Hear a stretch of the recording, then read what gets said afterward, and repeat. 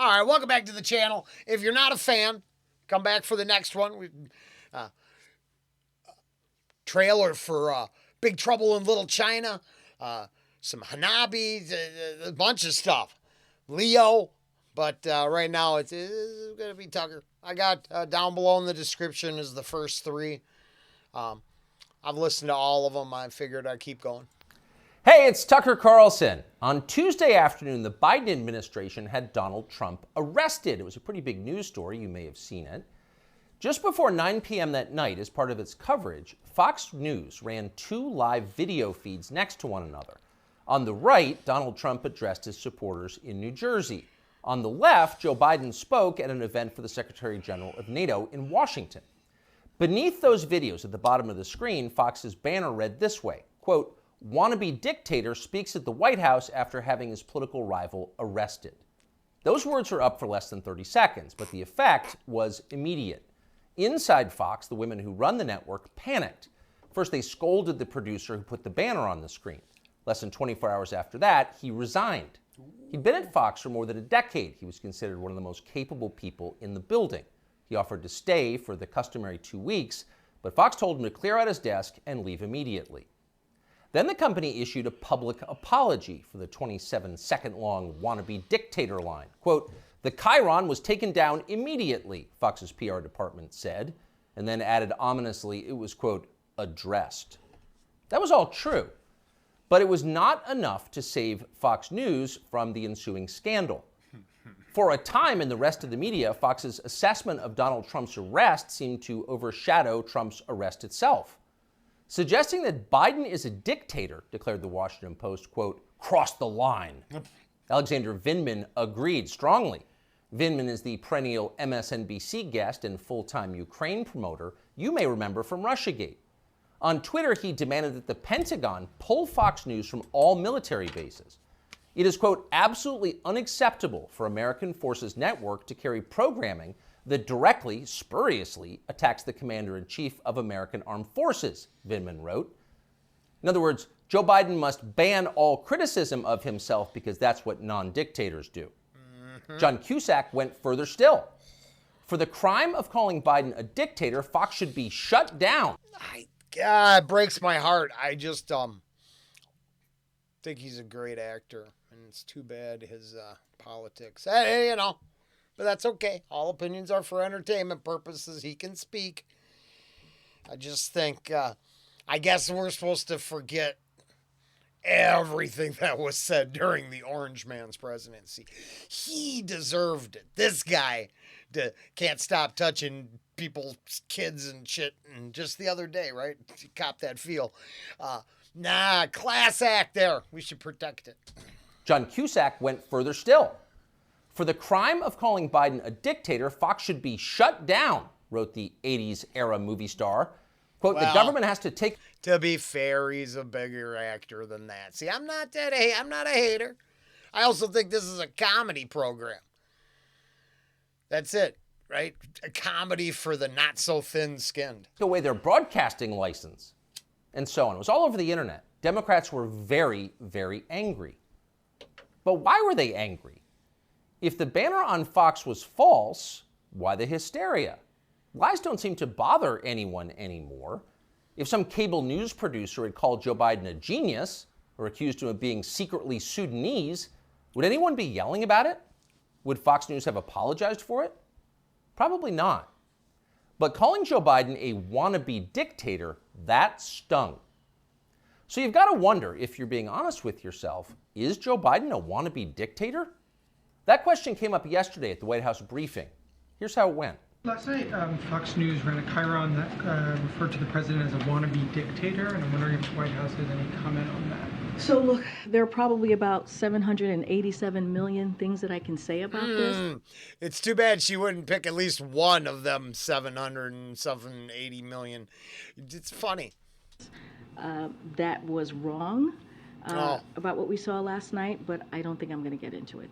Yep, No, can't pick one. I think I just commented. I think I told you. I can tell you 7 million reasons, but you don't get one.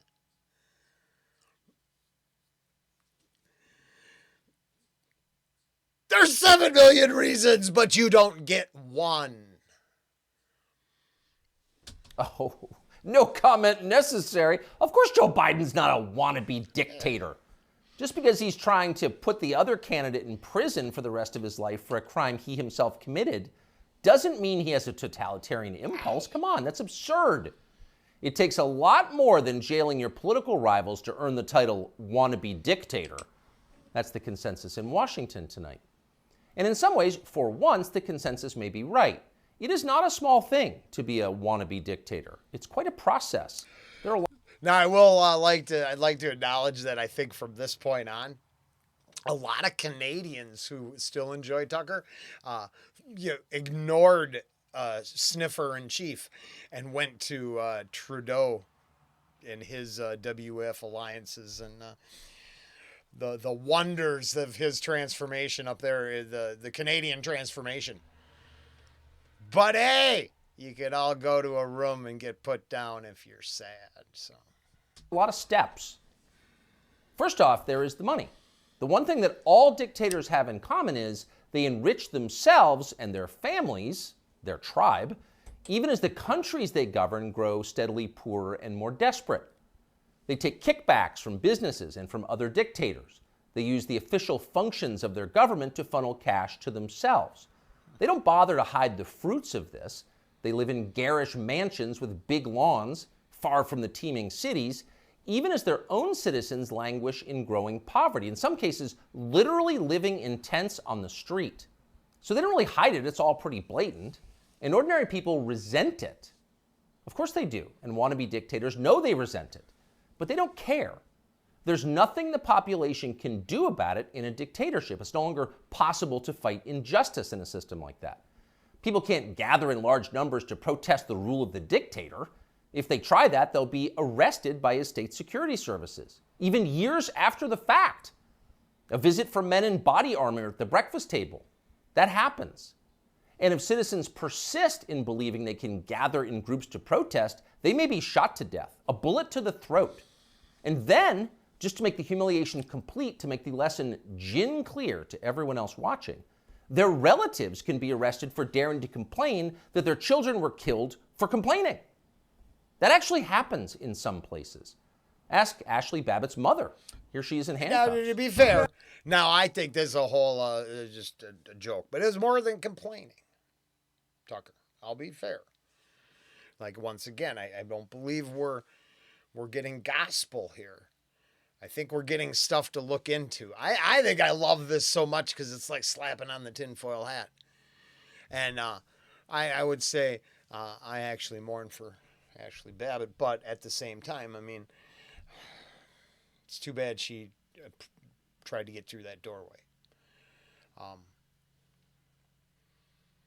Yeah, well, what can I say? I watched it all. This, on the other hand, is ridiculous. You're arresting Ashley Babbitt's father. You murdered her inside the Capitol, now you're going to arrest her? Come out of there. 101. Have a transport response.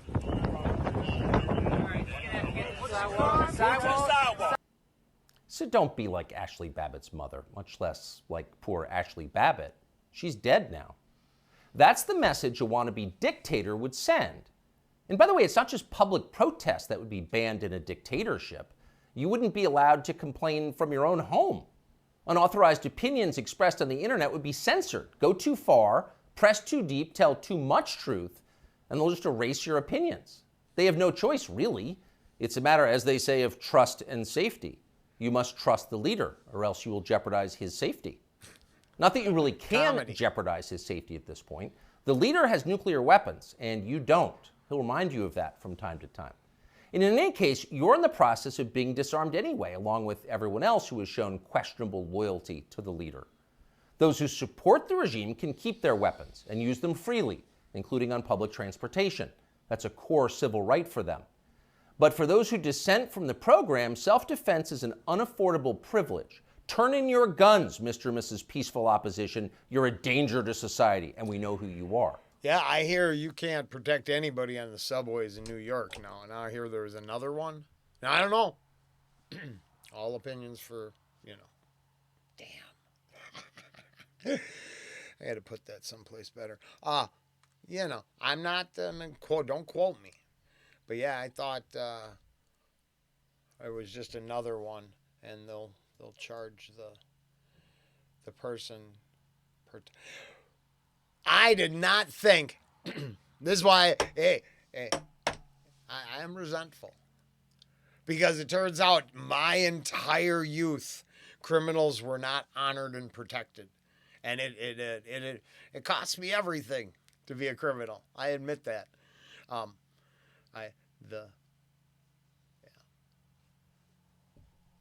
And now it's like, that's the group. Oh, it's so weird. It's so tempting to go back to become a criminal. Affordable privilege. Turn in your guns, Mr. and Mrs. Peaceful Opposition. You're a danger to society, and we know who you are.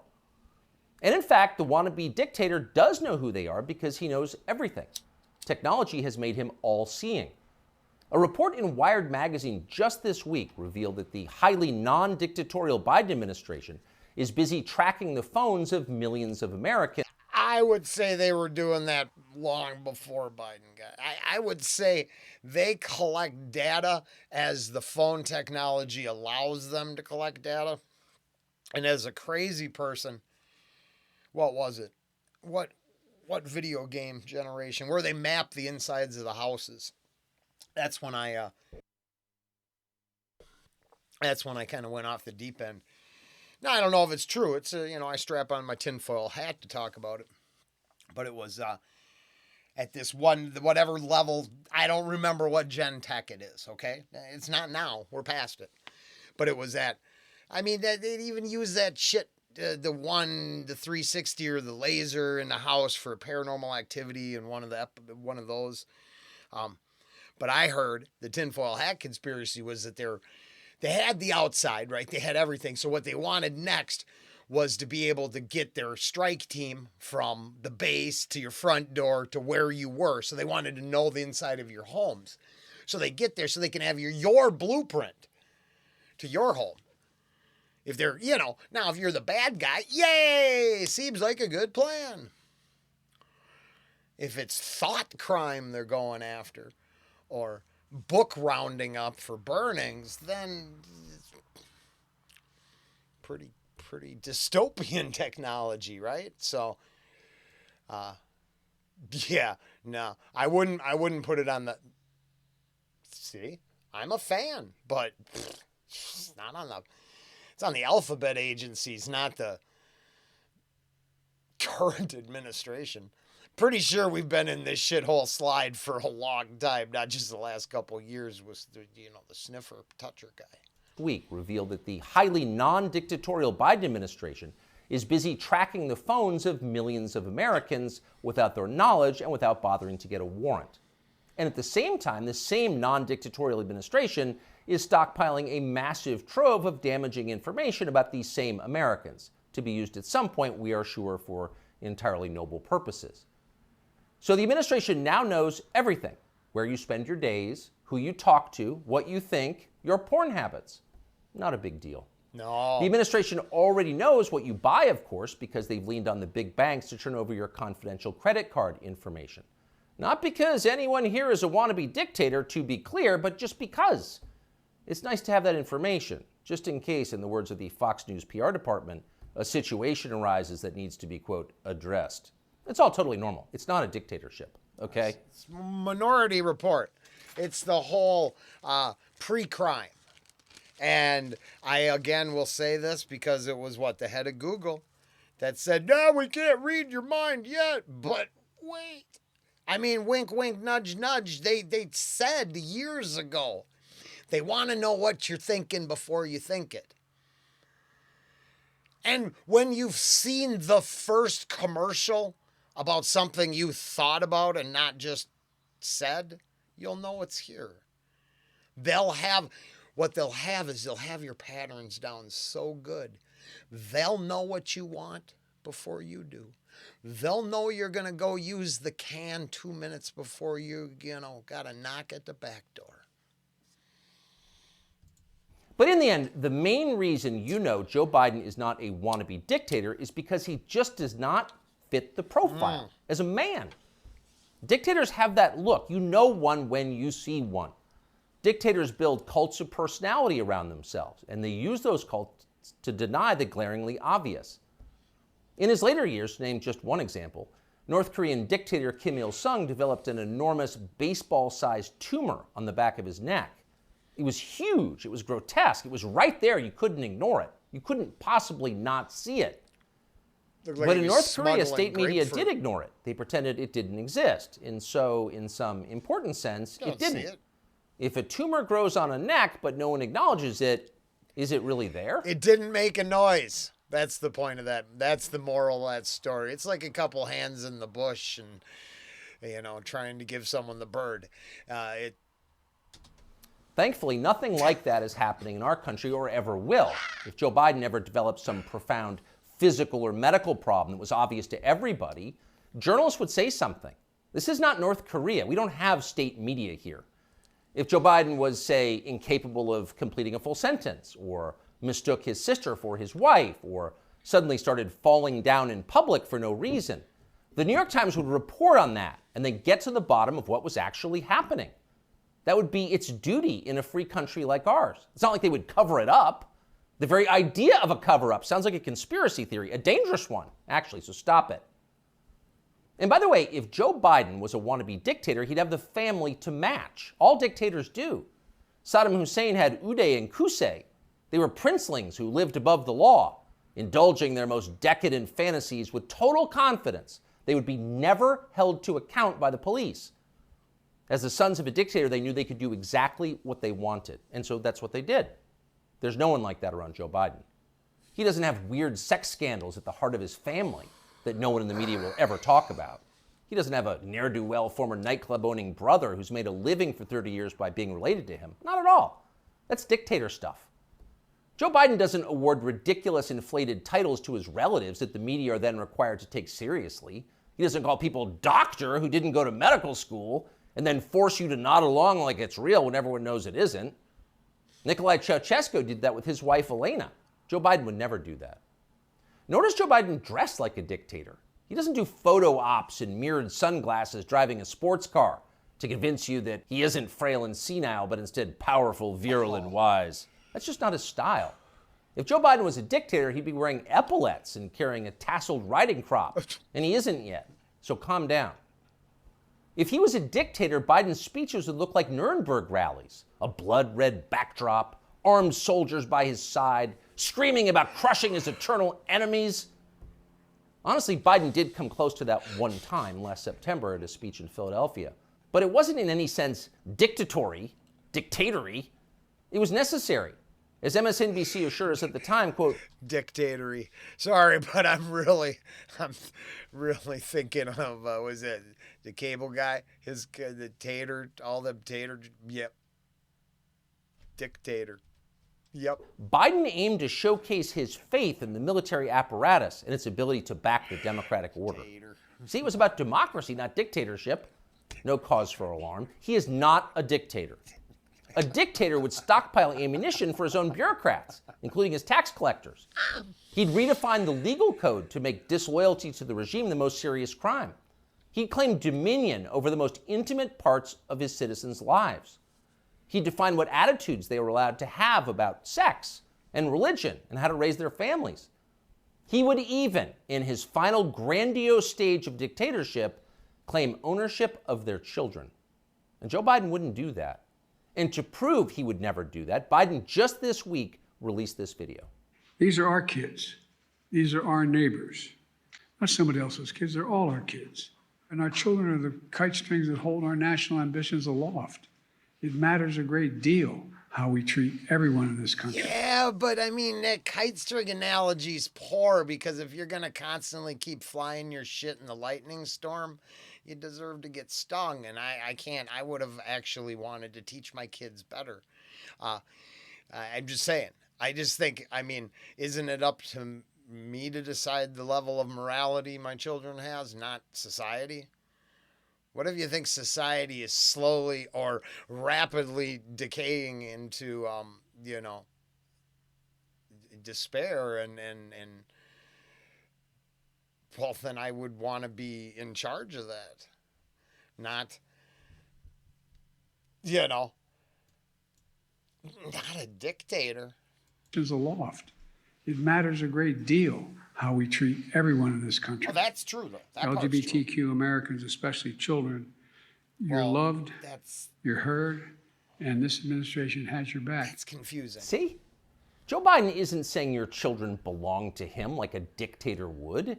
He's saying something very different from that. He's saying America's children are, quote, our children. Not his alone, ours.